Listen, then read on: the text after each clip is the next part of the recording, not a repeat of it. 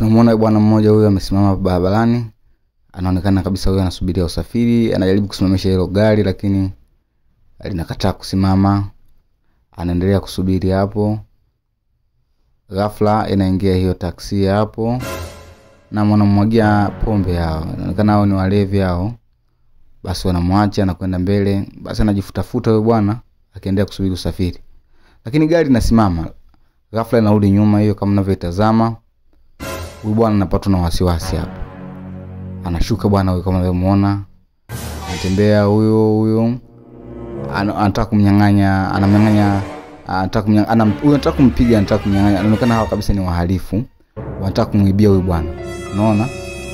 Basi wanaanza kumharasi hapo. Huyo wanamkamata, wanataka kumsachi hapo. Unaona huyu bwana anamnyang'anya begi namna hiyo, huyu mwingine anamnyang'anya wallet pamoja na simu.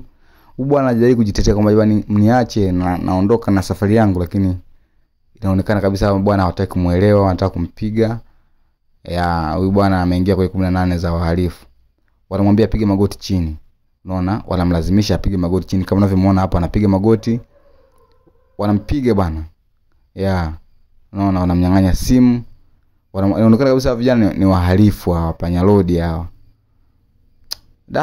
Usiku, mambo ya usiku bwana, usiku na mambo ya kutisha sana. Bahati nzuri kuna gari inaingia hapo, huyu wanamwacha hapo. Afadhali amekuja askari. Askari huyo anaachanisha hapo, anawakamata hao vijana. Huyu bwana inakuwa kuponea yake, anawaambia mnamfanyaje hapa, leteni vitu ambavyo mmnyang'anya. Anawanyang'anya hicho kirungu kama mnavyoona. Anawanyang'anya, anamwambia leteni vitu vyetu mlivyomnyang'anya huyu bwana. Huyu bwana anajieleza kwamba amenyang'anya simu, amenyang'anya begi bwana. Vijana wanaanza kumwomba msamaha afande kwamba hapana, sisi hatujamnyang'anya. Afande anamwambia bwana rudisheni. Basi wanamrudishia simu hapo. Huyu bwana anasema kuna vitu vingine. Basi afande anawaamuru wakae chini. Kama mnavyoona hapo, huyu bwana mwingine anarudisha wallet iliyokuwa amemnyang'anya. Askari anamkabidhi. Askari anawaamuru kwamba wakae chini. Hao watu wanapiga magoti chini hapo. Wanaanza kumwomba msamaha afande kwamba bwana tusamehe. Afande bwana anawakalipia kwamba kwa nini mnafanya matukio ya kinyama ya kikatili, mnamnyang'anya mtu asiyekuwa na hatia. Huyu bwana anaeleza kwamba bwana hapana, nilikuwa na begi langu.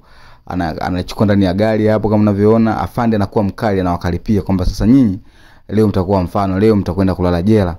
Kama mnavyoona hapo, anachukua simu yake na anawapiga picha, wanajificha kwenye sura zao.